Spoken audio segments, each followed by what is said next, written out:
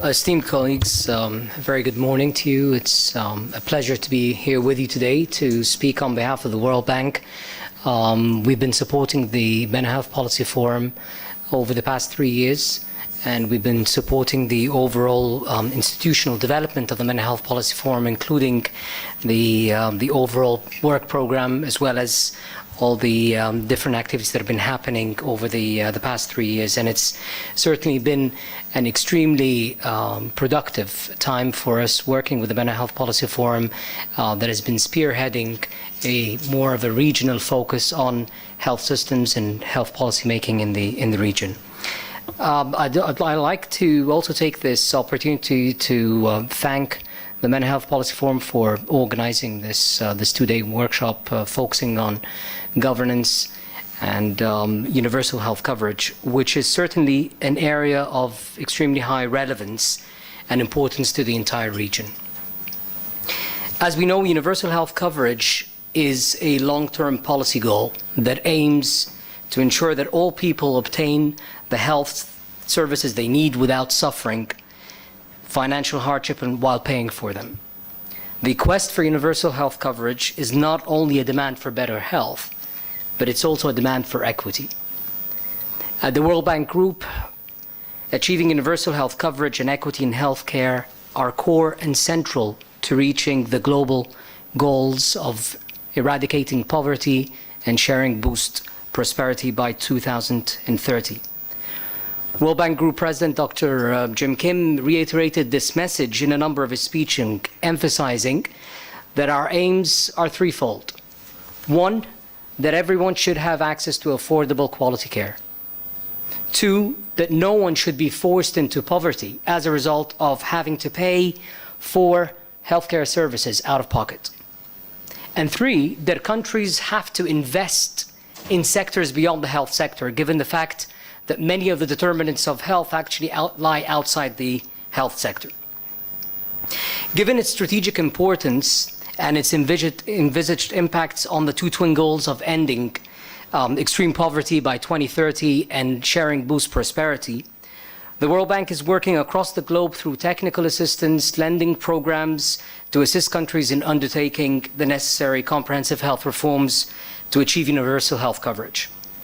The bank provides a range of technical assistance to our client countries to support health coverage expansion, including the Universal Coverage Assessment Tool known as UNICO, and Universal Coverage Capacity Assessment Tool known as UNICAT. These tools help countries determine their readiness for implementing universal health coverage reforms and provides global comparisons and benchmarks based on an extensive study of experiences that countries have significantly expanded coverage.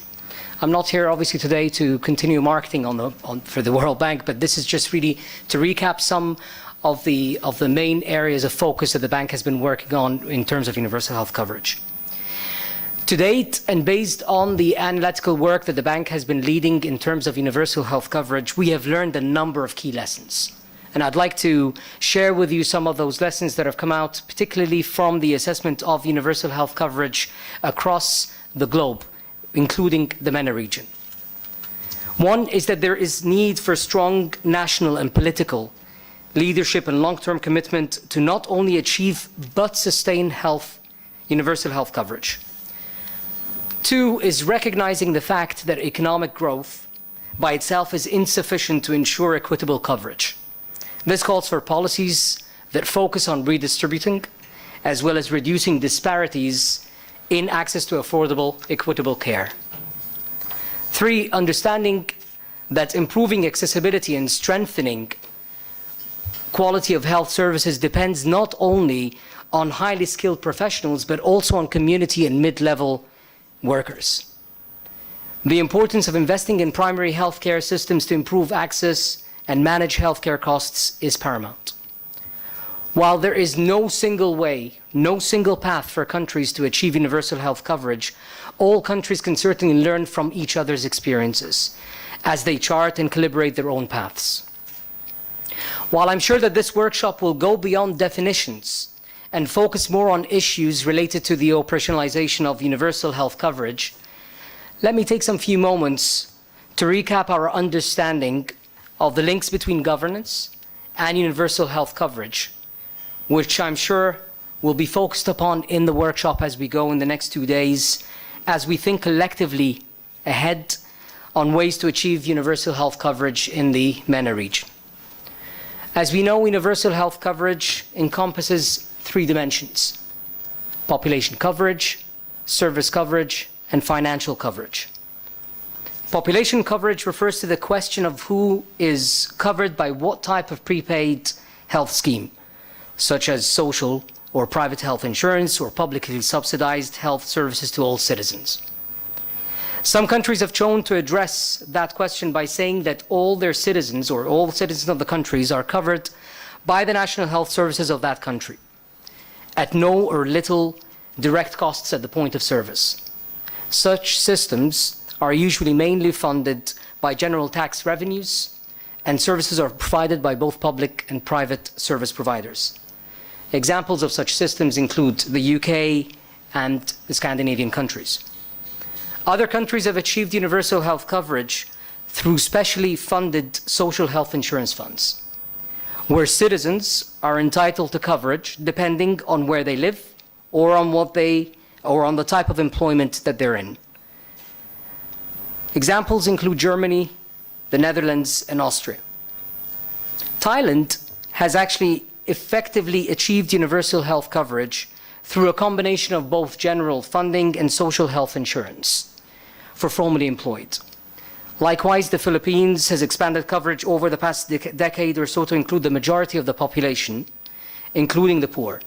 Yet other countries, such as Switzerland, have reached universal health coverage by mandating their citizens or certain population groups to purchase private health insurance to cover a given set of health services. As you can see, the various ways of providing health coverage to citizens, there are various ways of providing health coverage to citizens, and little evidence actually exists to say which approach is best in any particular country. Indeed, in countries, a mix of health financing mechanisms is used to finance healthcare and ensure that services are universally accessible. Service coverage, on the other hand, refers to the type of preventive, promotive, as well as health promotional services to which insured groups are entitled to. The nature of the benefits package depends on several issues, including national income, burden of disease. Richer countries can afford to provide more services, and also the technical capacity to provide more advanced services. All countries need to assess their demographic and epidemiological situations to ensure that benefits, the defined benefits packages reflects these changing factors. Finally, financial coverage refers to how much patients have to pay directly for the services provided. An estimate of financial coverage is the share of out-of-pocket expenditures as a share of total health spending in any country. Countries are also interested in understanding the share of households that face catastrophic expenditures as a result of paying for different types of health care. A related but technically different indicator for effective financial coverage is the extent to which out-of-pocket payments push individuals into poverty or deeper into poverty as a result of paying for health care.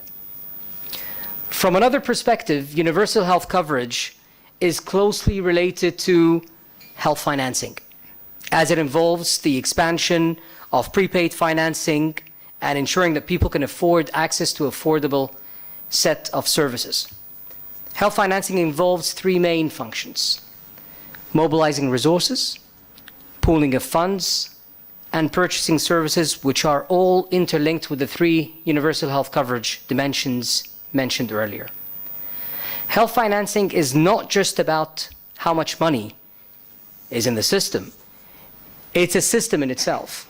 And it's essential to understand that not only the sources of funds, but also the allocation of funds, how money flows through the system, and institutional and governance arrangements associated with the entire system. Governance for universal health coverage requires clear, transparent processes and open dialogue among stakeholders. It requires coherent decision-making.